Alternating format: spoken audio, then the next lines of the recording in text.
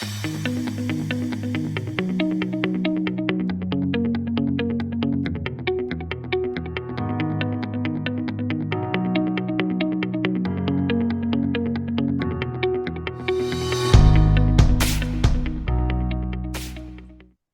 kembali berjumpa di Telekomentator Sains bersama saya Bung Ridwan dan sekali lagi kita ditemani oleh Masul Kaida Akbar, fisikawan Indonesia yang saat ini sedang melakukan penelitian di Amerika Serikat. Masul, Assalamualaikum. Waalaikumsalam warahmatullahi wabarakatuh. Oke, Masul, terima kasih telah bergabung kembali dan kita hari ini di episode ini akan membahas satu topik yang sebenarnya sempat disentuh oleh Masul di episode sebelumnya. Masul tadi di episode mengenai fusion ya, fusion nuclear power, Masul sempat menyinggung bahwa penelitian yang Masul pilih pada waktu mengejar PhD ya waktu itu ya, program PhD, salah satu opsinya waktu itu adalah mengenai quantum teknologi atau quantum computing ya, seperti Masul katakan itu. Masul, bagi kita orang awam, selain ini merupakan topik yang cukup selalu hangat ya dibicarakan di popular science selama beberapa tahun terakhir ini, tapi kita sebagai orang awam juga masih sangat gelap sekali. Apa sih sebenarnya itu Masul, quantum computing atau quantum teknologi itu Masul? Oke Mas, jadi betul ya, istilah kuantum itu istilah populer, sangat-sangat populer ya. Nah, cuman sekarang kita pengen diskusi apa sih sebenarnya kuantum itu gitu. Nah, kenapa ini populer? Bukan hanya di fisika ya, karena pembahasan kuantum itu sampai ke arah filosofis juga Mas. Nah, jadi kita akan dua hal kita akan berdiskusi. Pertama dari sisi filosofis, yang kedua dari sisi teknis atau aplikasinya. Nah, dari sisi filosofis, perkembangan kuantum itu sebenarnya bukan hanya revolusi dari sisi fisika ya, tapi juga revolusi dari sisi filsafat ibaratnya. Nah, apa sih sisi filosofinya? Jadi gini Mas, yang pertama dulu orang berpikir 300 tahun yang lalu ya, sampai sebelum kuantum dilahirkan itu, bahwa alam semesta ini deterministik. Deterministik itu artinya pasti.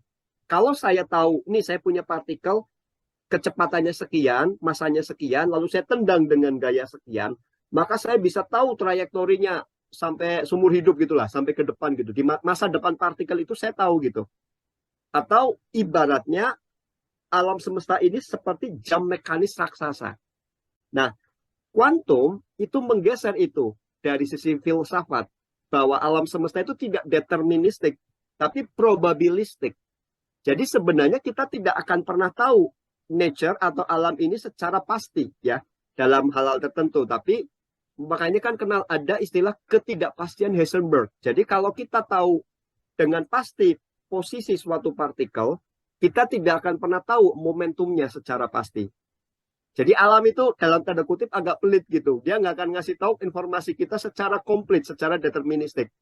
Jadi yang prinsip pertama kuantum dari sisi filsafat adalah probabilistik. Nah, yang kedua, lalu kita kembali ke secara teknis. Kita geser dulu ke teknis. Karena probabilistik itu membingungkan tapi juga menguntungkan. Nah, menguntungkannya apa? Kalau secara klasik, misalkan nih, saya punya tembok energinya 10.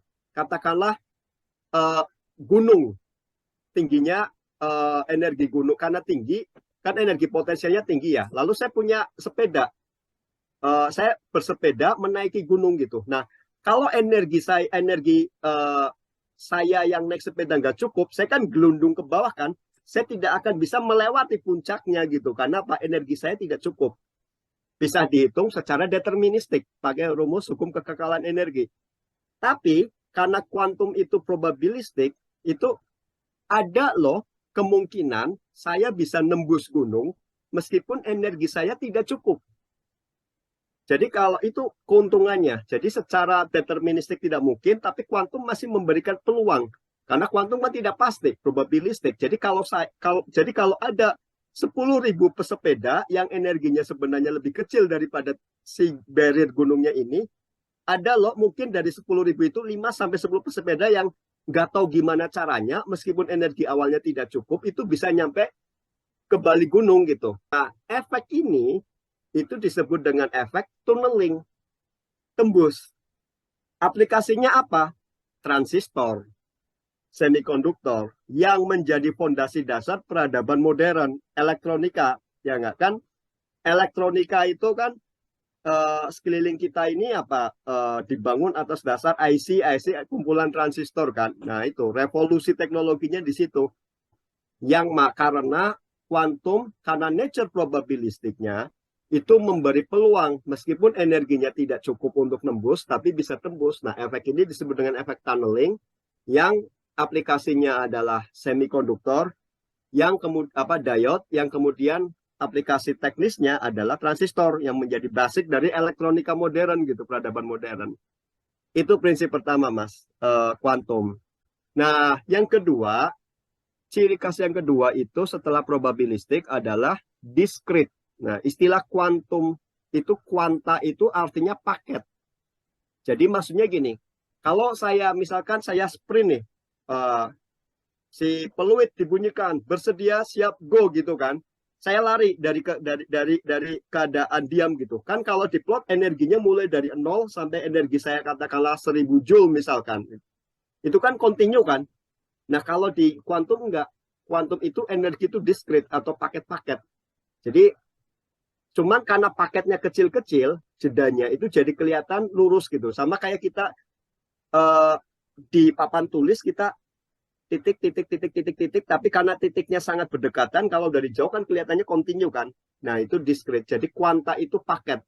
Energi itu discrete, terdiri dari kumpulan paket-paket energi gitu. Nah, aplikasinya apa? Aplikasinya banyak sekali. Nah, yang ingin saya tekankan tadi, bahwa kuantum itu sekeliling kita loh, Mas. Seperti kita minggu lalu berbicara nuklir ya. Dan kuantum itu kalau orang berbicara kan teknologi canggih. Saya bilang, enggak, teknologi kuantum itu ada di lingkungan kita. Di biologi itu ada kuantum. Yang paling dekat, kayak misalkan klorofil. Kenapa sih klorofil warnanya hijau gitu? Nah, kalau kan basis biologi itu kan banyak terbangun atas protein-protein kan. Protein itu kan juga tersusun atas molekul-molekul kan. Nah, ternyata molekul-molekul itu membentuk sistem energi yang diskrit juga. Nah, sistem energi yang diskrit bertingkat-bertingkat itu yang menyebabkan kenapa klorofil warnanya hijau. Jadi kalau misalkan energi itu dari matahari itu diserap, nah ternyata semua panjang gelombangnya itu ya eksitasi itu nanti menghasilkan keseluruhan efeknya itu panjang gelombang hijau yang nyampe ke warna kita gitu. Itu klorofil. Nah, yang paling saya bikin kagum itu adalah saya barusan baca majalah Scientific American. Ada di covernya itu quantum sensing. Kan ada spesies burung, Mas, yang bisa bermigrasi ribuan mile kan. Setiap musim semi atau pergantian musim dingin itu kan ada spesies. Saya lupa spesies burungnya apa gitu. Yang migrasi ribuan mile gitu. Wah, itu juga ternyata memberikan pertanyaan besar, Mas. GPS-nya pakai apa gitu? Kita kan nggak, kita drive pakai GPS kan. Mereka tuh GPS-nya pakai apa? Ternyata penelitian sekarang itu apa, Mas? Itu ternyata menggunakan deteksi magnetik bumi. Kan medan magnet bumi kan ada medan magnetiknya kan. Dan itu ada istilahnya biosensor di matanya yang bekerja atas dasar kuantum, mendeteksi interaksi dengan magnet buminya gitu. Jadi kuantum itu ada di pohon, bahkan kuantum itu penelitian terbaru itu ada di burung yang melakukan ribuan mile migrasi untuk mendeteksi itu GPS-nya. Oh, saya merinding baca itu, luar biasa di burung yang kelihatan sederhana ini ternyata teknologi kuantumnya luar biasa, bahkan bisa mendeteksi magnet bumi sebagai GPS ketika mereka menjelajah ribuan mile. Nah, itu Mas. Jadi prinsip kuantum ada beberapa, tapi saya highlight dua dulu ya, dua dulu. Nanti yang pertama adalah probabilistik, yang kedua adalah jadi probabilistik sebagai lawan daripada deterministik, yang kedua adalah discrete atau paket-paket sebagai lawan daripada continue. Nah, dan poin berikutnya, kuantum itu ada sekeliling kita dari elektronika modern sampai pohon, sampai migrasi burung. Itu Mas sebagai pembuka diskusi kita. Oke, Mas Sul. Mas Sul, ini kita berbicara mengenai kuantum teknologi juga arahnya nanti pembicaraan kita itu bagi saya itu tidak akan lepas dari teknologi komputer. Sekarang saya bolak-balik ditawarin, bukan ditawarin, tapi membaca berita ini udah pakai kuantum teknologi, bahwa nanti ini menghitung bisa lebih cepat, memproses bisa lebih cepat, prosesornya juga udah luar biasa, udah nggak ada lag lagi, nggak kayak kita tapping ini kadang-kadang masih lagging atau apa. Nanti kalau kuantum udah nggak ada deh istilah lagging, udah real time kayak gitulah. Tetapi kalau tadi dengar penjelasan Mas Sul tadi mengenai prinsip dasar dari kuantum yang probabilistik, dan kita menggabungkan kata quantum computing, computing itu kan deterministik, Mas Zul. Itu kan udah pasti 1+1 ya 2. Ini bukan probabilitas lagi. Ini bagaimana, Mas Zul, dengan konsep dari quantum computing ini? Nah, jadi gini Mas, kita mulai dari komputer non kuantum ya, yang kita kan di depan komputer sekarang kan. Nah, komputer itu dibangun seperti apa sih kita algoritmanya? Jadi komputer itu dibangun atas sistem binari, di mana satuan dasar informasinya, informasi itu secara umum ya, baik di storage maupun di manipulasi itu dalam satuan bit.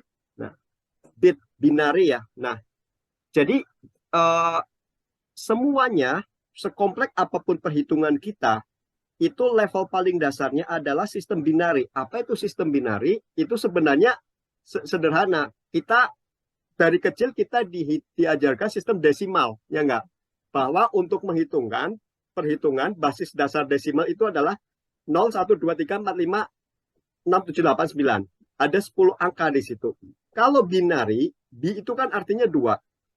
Jadi komputer itu menerjemahkan sekompleks apapun perhitungan dalam satuan informasi yang paling bawah itu dalam 2 level binar, 0 dan 1. Jadi, nah, 0 dan 1. Contoh, kalau misalkan angka 4. Jadi misalkan gini, kalau angka 0 ya 0 kan, angka 1 ya 1 kan. Tapi kalau desimal 2, itu komputer nggak ngerti angka 2. Itu akan diterjemahkan ke dalam binari, yaitu 2 itu menjadi 1, 0 gitu. Nah, jadi sekompleks apapun angka itu akan menjadi 1, 1, 0, 0, 0, 1, 1 gitu. Jadi ada rangkaian bit yang isinya cuma angka 0 atau 1. Nah, kenapa pakai itu? Nah, sekarang kita bikin, karena representasinya mudah. 0 itu bisa direpresentasikan tegangan rendah atau tidak ada tegangan. 1 itu bisa direpresentasikan tegangan tinggi atau ya tegangan tinggi gitu. Nah, itu kan gampang. Komputer itu basicnya kan. Jadi ada arus berarti 1, tidak ada arus berarti 0. Nah, itu cara manipulasi informasinya dalam sistem bit. Nah, itu algoritmanya. Kita geser kuantum. Kuantum itu apa sih? Nah, tadi kan saya sebut 1 probabilistik, 2 kuanta ya, diskrit. Yang ketiga, superposisi. Nah, ini yang kaitannya langsung dengan komputer. Superposisi apa? Superposisi itu gini. Jadi, kalau tadi binari itu kan berarti ada arus atau tidak ada arus. Tegangan tinggi atau tegangan rendah. 1 atau 0. Nah, kalau superposisi itu berarti satu sistem itu bisa sekaligus 0 dan 1 sekaligus. Nah, bisa 0 dan 1 sekaligus kan. Nah, ini yang terkenal cerita kucing Schrödinger kan. Jadi itu dulu lawannya yang penentang apa? Jadi ada kan perang dulu kan waktu awal kuantum kan antara pendukung dan penentang gitu kan. Sampai Einstein itu meskipun dia mendukung, meskipun dia berkontribusi pada kuantum, tapi dia menolak interpretasi kuantum dengan statement yang sangat terkenal. Tuhan tidak bermain dadu gitu, karena dia sangat menentang probabilistik gitu. Nah, salah satu eksperimen pikirannya itu adalah kucing Schrödinger. Jadi katakanlah kucing ditaruh di otak. Nah, di situ ada bahan radioaktif yang probabilitas meluruhnya itu 50%. Kalau radioaktifnya memancarkan, itu racun bahan radioaktif meluruh, kucingnya mati. Kalau tidak meluruh, ya kucingnya hidup gitu kan. Nah, pertanyaannya, kucing itu hidup atau mati sebelum kotaknya dibuka? Sebelum kita buka kotaknya, kita lihat kucingnya. Kalau deterministik kan, kucing itu ya, kalau tidak hidup, ya mati. Cuma kita nggak tahu aja. Kita tahu kalau kita sudah buka kotaknya. Jadi kucing itu hidup or mati. Itu logiknya. Kalau kuantum enggak. Kucing itu hidup and mati. Jadi kucing itu hidup dan mati sekaligus gitu sebelum kita buka kotaknya. Setelah kita melakukan pengukuran, baru kita kucingnya itu kolaps ke state hidup atau state mati. Tapi sebelum kita buka kotaknya, kucing itu hidup dan mati sekaligus. Ini superposisi. Nah, kaitannya apa? Jadi kalau tadi kan terbatas 1 atau 0 kan. Nah, jadi sekarang itu antara 1 dan 0 bisa superposisi. Artinya apa? Jumlah representasinya itu jadi banyak gitu. Representasi untuk kita store informasinya itu jadi banyak kemungkinannya. Kenapa ini penting? Nah, contoh misalkan klasik ya. Ini yang langsung kasus keterbatasan komputer klasik. Menghitung apa? Protein folding. Jadi protein itu panjang banget loh, Mas. Protein itu kan, DNA itu kan protein sebenarnya kan. Itu kumpulan dari molekul-molekul tapi panjang, rantainya panjang gitu. Nah, kalau untuk menghitung katakanlah energi minimum gitu kan, kalau pakai klasik itu berarti semua kemungkinan dihitung gitu. Itu time consuming, computer consuming. Nah, kalau kuantum itu karena bisa 1, 0 tadi bisa superposisi, jadi representasinya bisa banyak. Nah, istilahnya 2 pangkat N. Nah, itu secara matematik ya, itu ada di keilmuan algoritma support. Nah, itu Mas. Jadi kalau bit tadi sebagai dasar komputer klasik ya, kalau kuantum istilahnya qubit, quantum bit, qubit. Dan itu, yaitu tadi yang saya sempat cerita minggu lalu gitu kan. Saya kira dulu masih lama gitu. Waktu 2013 saya pertama kali datang ke Amerika, ternyata sekarang banyak itu ya. Masih pemain besar sih, Microsoft, Intel kan, masih pemain besar, Google gitu kan. Ya, mudah-mudahan lah suatu saat Indonesia ke sana, mudah-mudahan gitu. Gitu Mas, cerita tentang quantum computing Mas.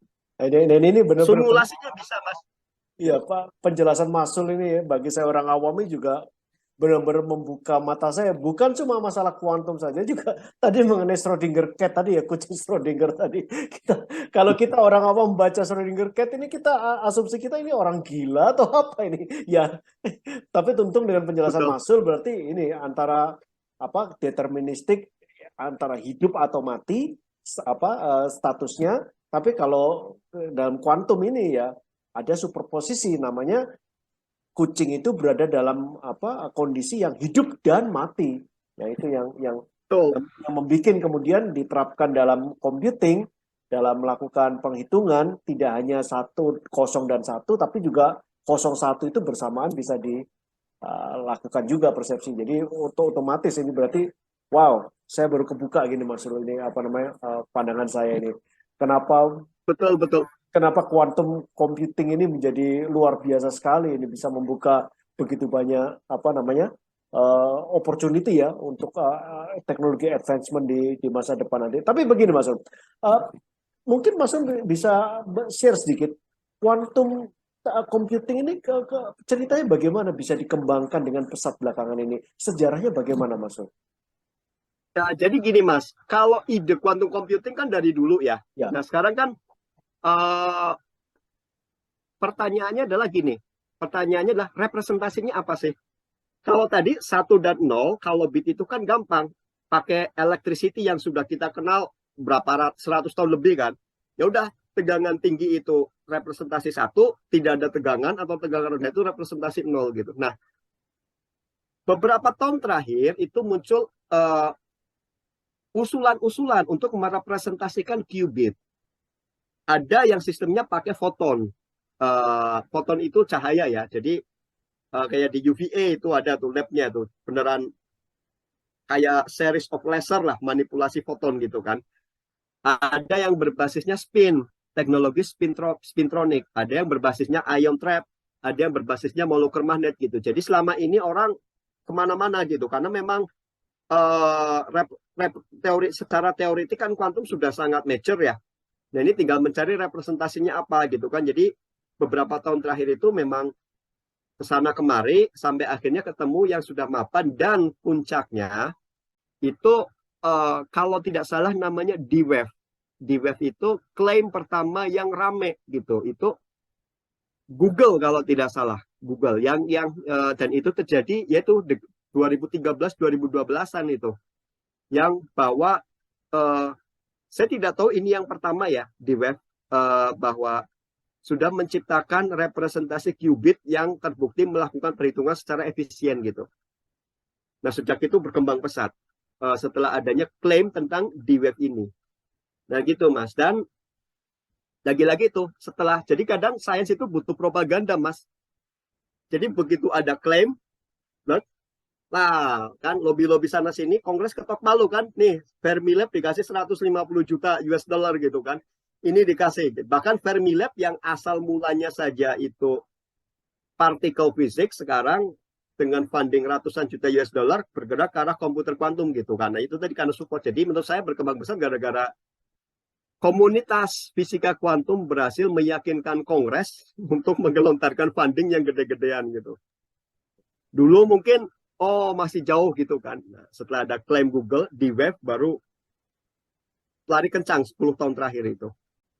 Itu Mas cerita kenapa pesat gitu. Oke Mas Sul, ini jadi pertanyaan terakhir tapi juga bukan preview untuk episode kita berikutnya. Mas Sul, apakah bisa dikata bahwa perkembangan quantum computing ini merupakan dasar dari perkembangan dari artificial intelligence? Oh, itu pertanyaan menarik Mas. Jadi gini, sebenarnya dua-duanya berjalan paralel ya, paralel. Nah, nanti suatu saat mungkin akan menyatu. Nah, artificial intelligence itu kan luas sebenarnya kan, dan ide tentang artificial intelligence itu sebenarnya sudah lama, baik akademik maupun science fiction, itu sudah lama gitu. Nah, salah satu subtopik dari artificial intelligence yang paling rame adalah machine learning. Yang rame 1 bulan terakhir setelah adanya chat GPT gitu.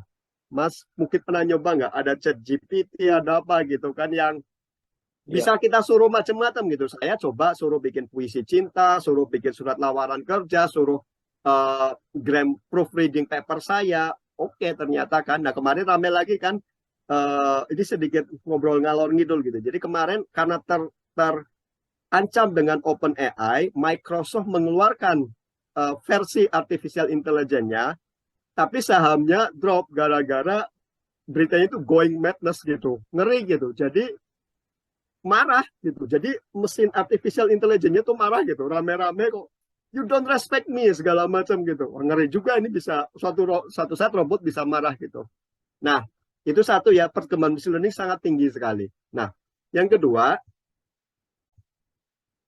machine learning itu kan didukung tentu saja dengan komputer kan. Di komputer itu ada hukum, bukan hukum sebenarnya sih, lebih ke arah projection, namanya Moore law gitu, hukum Moore gitu, bahwa perkembangan transistor itu setiap tahun itu kecepatannya segini gitu kan, ada grafiknya gitu kan. Tapi kan suatu saat ada limitnya, karena apa? Makin kecil itu udah masuk wilayah kuantum gitu. Nah, nanti suatu saat akan ketemu di situ Mas, quantum machine learning namanya. Itu masih awal banget gitu. Saya cari papernya juga masih sangat sedikit gitu kan. Yaitu kapan ketemunya? Ketika perkembangan AI sudah sedemikian pesat, membutuhkan support dari computing yang sangat canggih, di mana klasik transistor sudah tidak bisa mensupport. Di situ quantum computing masuk dan menjadi quantum machine learning. Saya nggak tahu kapan, tapi ya itu revolusi lah. Jadi yang menarik dari kuantum itu ini Mas, sebenarnya secara filosofis belum selesai perkembangannya. Yang tadi kan, Tuhan tidak bermain dadu, kucing Schrödinger, secara filosofis belum selesai gitu. Secara teknis yang penting bisa dipakai. Secara aplikatif gitu. Nah, Mas Sul, ini benar-benar menjadi pertanyaan terakhir nih. Tadi Mas Sul mengingat masalah aplikasi dari teknologi quantum computing ini. Mas Sul, seberapa pentingnya sih kayak kita orang Indonesia, bangsa Indonesia untuk menghadapi perkembangan kuantum? Bagaimana kita harus merespon atau menanggapi perkembangan teknologi kuantum ini, terutama generasi muda ya, Mas Sul? Gini Mas, ini yang saya beberapa kali saya suarakan dalam beberapa kesempatan ya, bahwa kita harus mengevaluasi arah, strategi, dan kurikulum pendidikan kita. Dan itu bukan hanya saya, sudah banyak yang menyuarakan, terutama dengan yaitu tadi rame-rame machine learning ini, Mas, ChatGPT gitu. Orang belum mendefine lagi kan skill yang dibutuhkan masa depan seperti apa gitu. Karena apa? Bagi orang yang bisa memanfaatkan, kayak misalkan saya nih, wah ini bisa saya manfaatkan untuk proofreading paper saya gitu. Ini bisa saya manfaatkan untuk membuat paling nggak template surat lamaran pekerjaan. Bahkan disuruh bikin coding juga bisa gitu. Nah, itu kan akan memakan lapangan pekerjaan kan, Mas? Ya enggak? Jadi ada lapangan pekerjaan di level medium yang ya akan dimakan sama perkembangan teknologi ini gitu. Tapi bagi orang yang punya level critical thinking atau creative thinkingnya tinggi, ini akan mengakselerasi skill orang itu gitu. Jadi katanya ada yang bilang bahwa ini akan memakan lapangan pekerjaan di level menengah, yang survive malah yang di level yang saat ini dianggap level bawah, kayak plumber apa di Indonesia ya, di sini malah karena sudah sangat teknologi, kayak plumbing construction malah mahal gitu di Amerika gitu kan. Dan level atas yang beneran orang punya creative thinking dan critical thinking itu. Jadi kalau berbicara Mas, berbicara efeknya apa bagi Indonesia, saya dalam kesempatan ini meng-underline lagi, saya sendiri belum tahu resepnya seperti apa, tapi dengan adanya revolusi teknologi beberapa tahun terakhir yang sangat wow, kita perlu duduk dan mengevaluasi lagi strategi arah kebijakan kurikulum pendidikan Indonesia. Kalau tidak, ya lulusannya nanti skillnya useless gitu. Gitu Mas, efek Ini nomor satunya gitu. ya, setelah kita berbicara mengenai kemungkinan dan juga kekuatan ya, potensi yang dimiliki oleh quantum computing, kemudian kita sentuh sedikit mengenai artificial intelligence, kata-kata Masel ini memang harus benar-benar dicamkan dan dalam waktu dekat ini harus ada action ya Masel ya. Kalau nggak gitu, semakin banyak generasi kita yang mungkin lengah terhadap perkembangan teknologi dan nanti malah kita ketinggalan lagi sama negara-negara lain. Mudah-mudahan. Ya. Oke, ya Masul, makasih Masul. Bincang-bincangnya singkat kita malam ini mengenai quantum teknologi dan juga quantum computing benar-benar membuka pikiran saya. Saya sekarang mengerti kenapa quantum computing ini demikian canggihnya, demikian luar biasanya potensi yang dimilikinya untuk mempercepat kerja kita, kemudian juga mempercepat proses teknologi kita, prosesor yang tadi saya sebutkan, dan itu hanya masalah representasi dari 01, kini 0 dan 1. Itu aja simple tapi luar biasa efeknya. Terima kasih Mas Sul. Kita ketemu lagi di episode berikutnya. Assalamualaikum. Ya, waalaikumsalam warahmatullahi wabarakatuh.